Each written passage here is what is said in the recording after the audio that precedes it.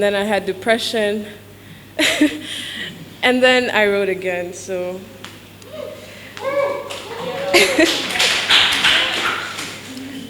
You guys, mind you, all my brothers are performers, but me,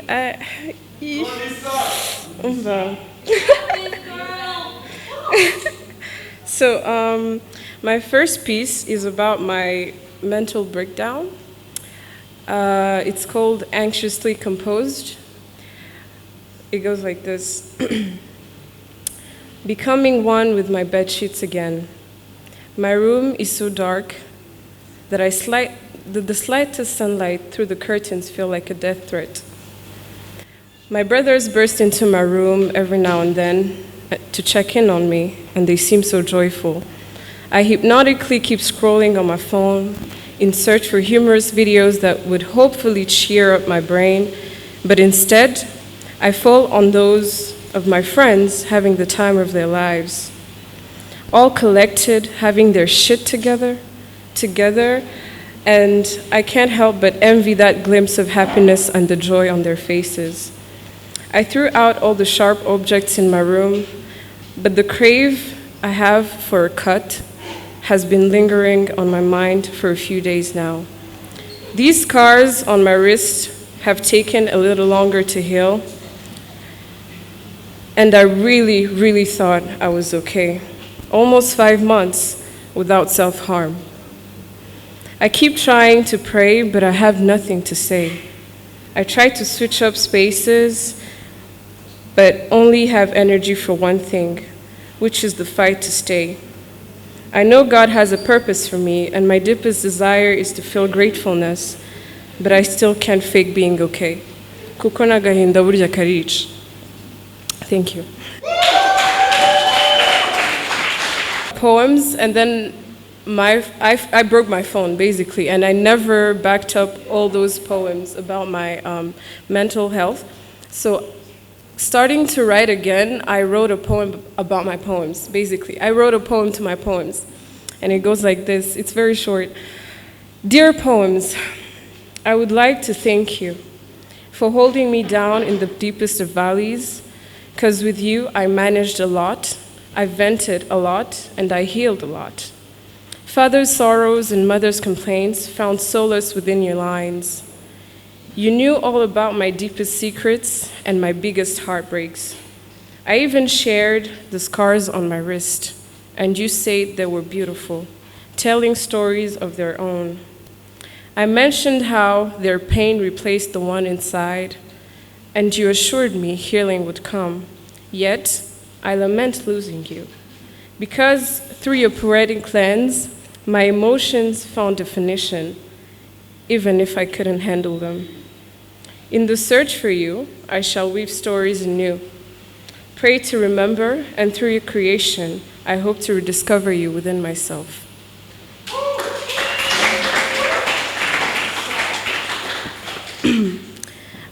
I had 4 pieces, so 2 more left. So this next one is a story of a dude who was a teacher to this young lady. I'll name her Dear Professor. Smash. PG-13, by the way. Yes. Guilty pleasure. Dear Professor. Smash. Smash and never return. Easy to say, isn't it? A very kind English teacher. You came to me with a certain charm, a kind heart, and gentle mannerisms. But that's not me. I was only 19, and I loved me some rebel and shady men. So I brushed up your courtship advances, and I ignored you wanting me in any way. You end up leaving, and for the best. A few years pass. You soon return a different man. Wider shoulders, a bigger chest, that little charm still sparkling in your eyes, or so I thought. You reach out to me for good old time's sake. A fair dose of caffeine in our system, you flow a conversation so easily, like good old days. Somehow, I end up falling for that charm again. I decide not to ignore it this time, perhaps because of your bigger arms. I wouldn't know.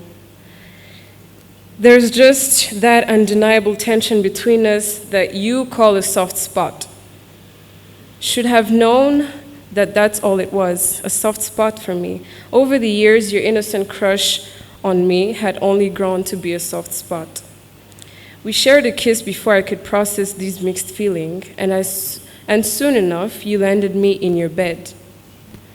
I had sworn to myself that I'd never ruin our friendship this way, but sense leaves my body as soon as our lips touch, and I never knew my skin could ever fall in love with a touch so fast. Got a little shy, and you went out of your way to pleasure me. This all sadly ended before I could have a grip of what went down in that room, and you start ignoring me. You blame it on jet lag. I should have just worn a dress and let you take me out on a date that night.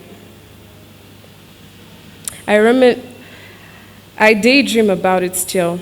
I reminisce your hard breath crushing on my face, your tight but gentle grip around my waist, and your sweet whispers in my ear.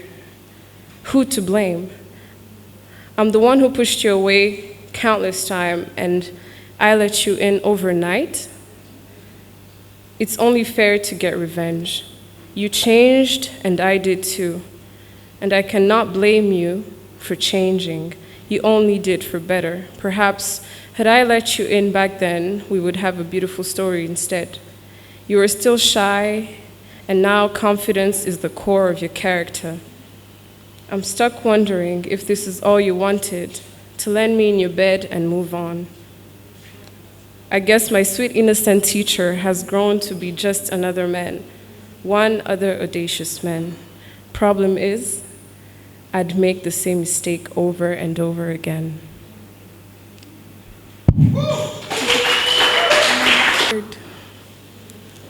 One more piece. This is not for me. Yeah, I'm gonna read the response.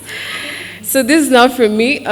Tony Guy wrote this, so it's gonna be very hard for me to read it, but I'm still gonna do it. Which I feel like this was gaslight, you guys. He's like, oh, I care about your feelings, but listen. So he goes like this. Why did it get scary? The Lord knows how much I fantasized for her to look at me the way I looked at her. Years passed, wondering if she knew what a mad crush I had on her. It was creepy. She was my student and I was her teacher. I should know, or at least act better. Despite all that, I did enjoy her company. Time with her was never a waste. For once, I got put in the friend zone after the wait. At some point, waved goodbye, the thoughts of ever being intimate. Why did we go on a date and you kept mentioning your boo? Why did you wait months to tell me that you wanted to kiss me too? Fast forward, there she was majestically, the hug at Pili Pili.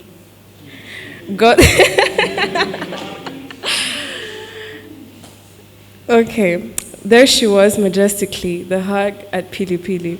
Got to the soft spot of me. That first kiss on the couch sweated me out my flesh. Your flesh on mine was unbelievably hot.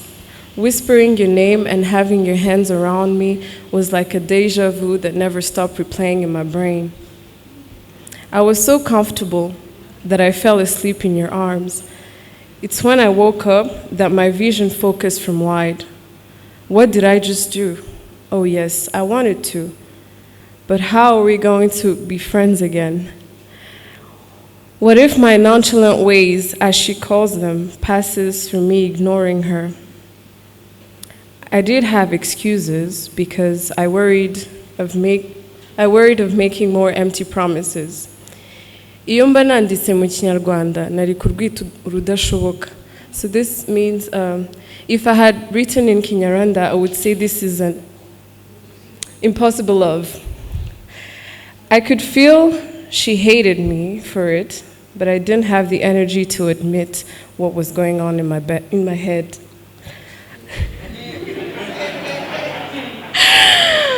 I know we can talk. So this is him telling her, because he knew I was going to send this poem to her. So he says, I know we can talk in poetry, but since it's all said, can we talk?